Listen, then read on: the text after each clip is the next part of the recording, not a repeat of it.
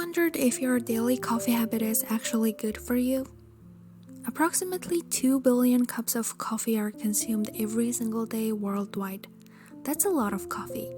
But the real question is how much of it is actually good for our health? And what is a good daily coffee habit? Hi, this is Life Actually by Selene, where I'm just trying to figure out this whole life thing and sharing the lessons and some good books along the way. So in this video, I'm actually excited to talk about coffee, which is my daily fuel and a beloved companion for countless people around the world. Whether it's that first cup in the morning to kickstart the day or a cozy evening brew, coffee seems to be an essential part of our routines. But how much is just right? And is it possible to enjoy coffee without going overboard? Let's explore the science behind this popular beverage and find out everything about appropriate coffee consumption. So, according to research from Harvard University, most experts agree that up to 400 milligrams of caffeine per day is considered safe for most adults. And that's roughly equivalent to 4 8-ounce cups of brewed coffee. But keep in mind, this can vary depending on each individual's caffeine tolerance.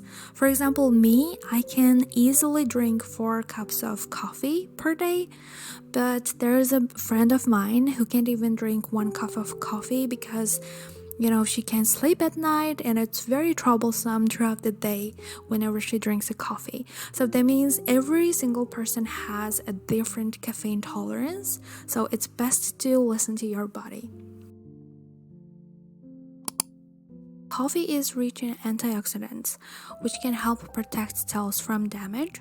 So according to a study, moderate coffee consumption has been linked to a lower risk of several diseases, including Parkinson's, Alzheimer's, type 2 diabetes, and some other types of cancers. And when I say coffee, I'm talking about coffees without any cream or sugar, so keep that in mind.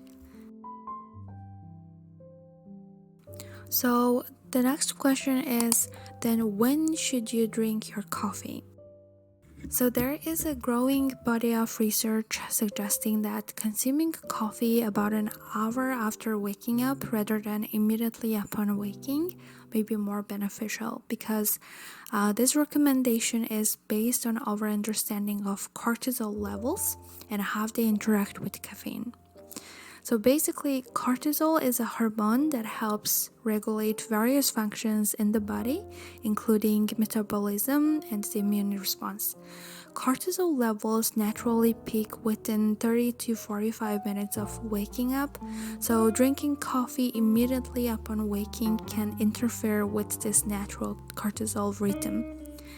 And also, researchers have found that consuming caffeine during peak cortisol production can lead to increased tolerance to caffeine, meaning that over time you may need more caffeine to achieve the same stimulating effects. So your body is just asking more coffees as the day goes on.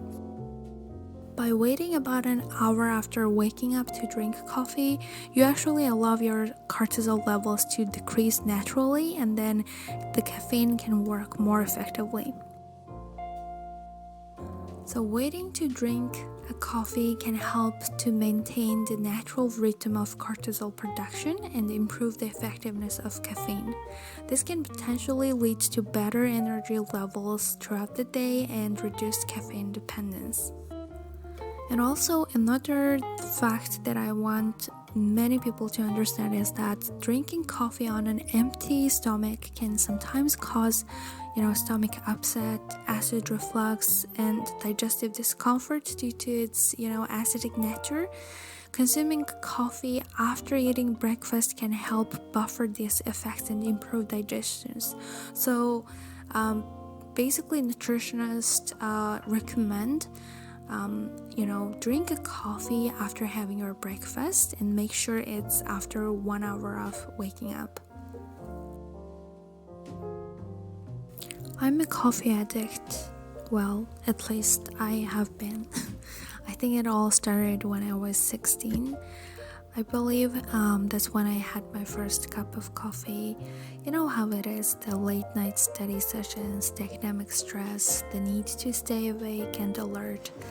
Coffee became my best friend, my go-to solution for everything. It became such a staple in my life that I can't even remember a single day when I didn't have at least one cup. Gosh, just saying that out loud sounds a bit scary, doesn't it? As the years went by, my caffeine tolerance went through the roof. One cup turned into two, two turned into three, and before I knew it, I was drinking 4 or 5 cups of coffee a day. Coffee wasn't just a beverage for me. I think it was like a water. I would go through my day barely thinking about anything other than my next cup. I would often forget to drink water altogether, which I know isn't the healthiest habit. The real wake-up call came when I found myself craving coffee as soon as I woke up, and it wasn't just a morning ritual anymore, it was a necessity. My body wasn't asking for food or water, it was demanding coffee. And I tried to drink more water, but I felt like my body was constantly screaming for caffeine. So one day I decided to dig a little deeper into my coffee consumptions, and this is all I found. So I started reading about how much coffee is too much, what it does to your body. What I found was all very eye-opening, and I realized that I was consuming way more coffee than recommended. The recommended daily intake for caffeine is about 400 milligrams, which is roughly 4 8-ounce cups of brewed coffee. I was easily surpassing that, like I mentioned.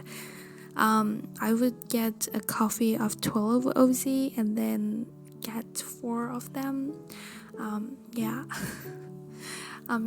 So reading about the potential side effects like increased heart rate, anxiety, digestive issues, and sleep disturbances made me think about my own health because I was going through some insomnia for a couple months, and my hands were shaking extremely time to time, and it all felt very, abnormal.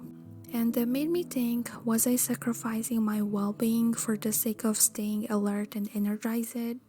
And I knew I had to make a change, and it wasn't easy at first. Cutting down from 5 cups to 3 felt like a Herculean task, but I started by making small adjustments. I began my day with a glass of water, luke water, instead of coffee.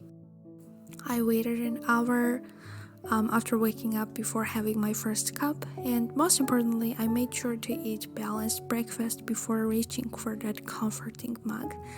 So over time, I've been noticing a difference. My energy levels became more stable, and I didn't experience those mid-afternoon crashes as often, and I felt less jittery and more in control of my caffeine intake.